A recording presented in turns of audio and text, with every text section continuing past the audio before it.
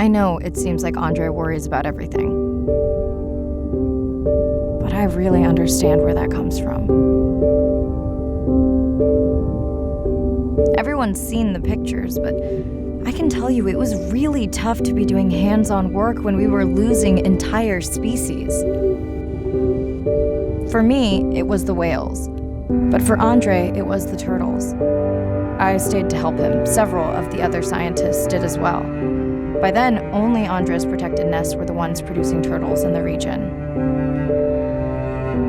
We all figured that the population was going to collapse, and eventually it did.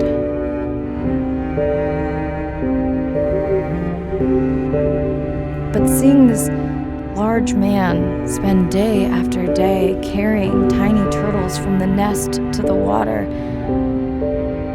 it inspired us to stay.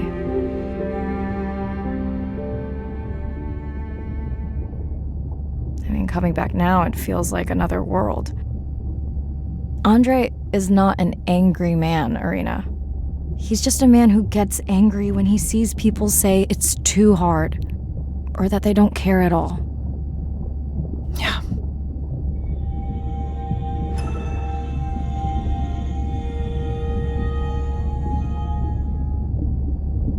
Hi, Mirai. Sorry to miss the post-diet brief. I've been listening to our humpback recordings for hours and got myself in a kind of funk. Actually, I started listening to the humpbacks and then switched to Miles Davis. Anyway, I don't see any clear sign that our playback influenced any of the other whales yet, but I just know we're on the right track. I'm sorry to be in such a mood. Don't know what to make of those turtles or what's going on with our sperm whale family. Right. Catch you in a bit.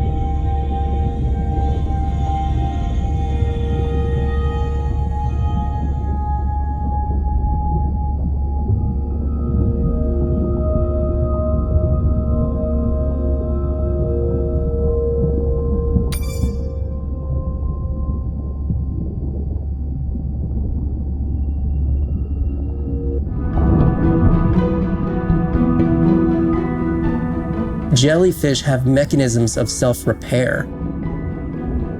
They're constantly getting bitten by turtles and chunks getting taken away. 50% of the jellyfish population are wounded.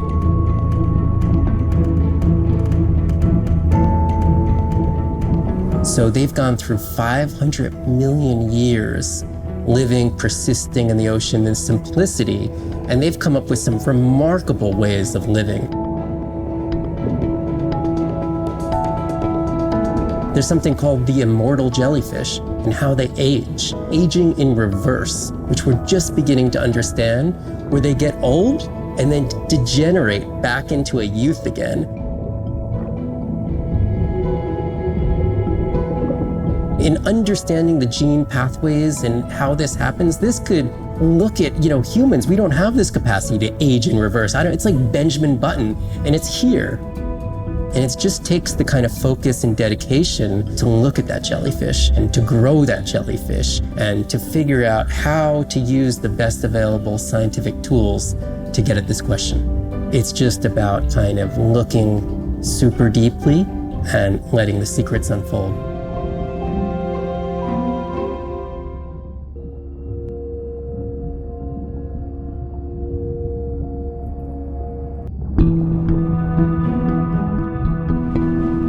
The energy from our star flies through the universe, through our atmosphere, and hits us at the ground.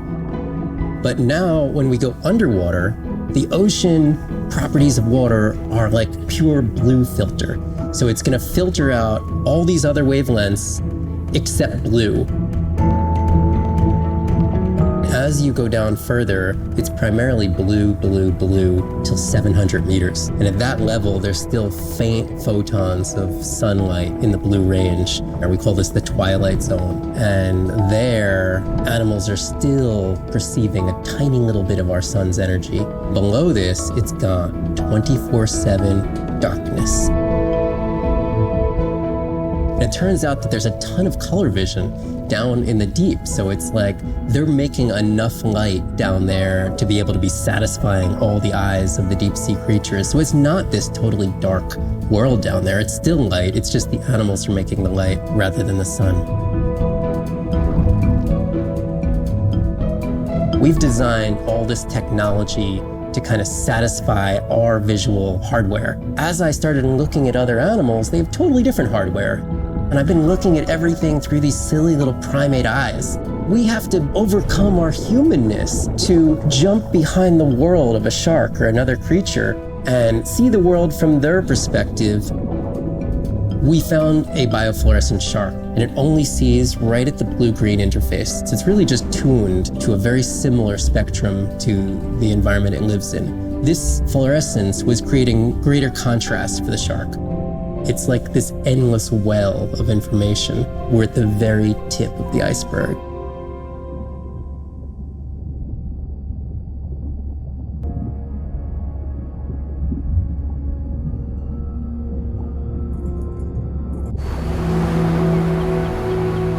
These animals travel thousands of kilometers, navigating open oceans that have no physical landmarks. They have that innate ability to find their way.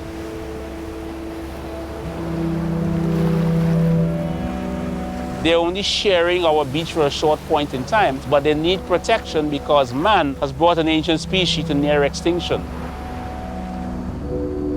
I got involved at a time when hostilities were very real. People came with guns and machetes to poach a turtle. We would protect these animals at all costs. Because on the high tides, when the tide comes up, this area here will be flooded, right? So when the sea turtle lays her egg, the nest requires a constant temperature. And if we recognize that this nest is in a real bad spot, we choose a spot further inland on the beach that's stable, and then we would evaluate if the eggs were able to hatch because of us moving them. And in both cases, we're always right. So as the villagers began to benefit from the tourism that turtle conservation was creating, they saw that the turtle was worth more to them alive than dead. The children really love sea turtles. We educate them, but we involve them. And by so doing, we get them to a level of interest where they want to become actively involved. When we first started this conservation work, we would encounter at the height of the nesting season 30, 40 turtles. Now we encounter over 500. That's significant. Some people argue, well, that's nature. Leave them. Why protect them? But remember, humans have to intervene sometimes to help nature keep existing.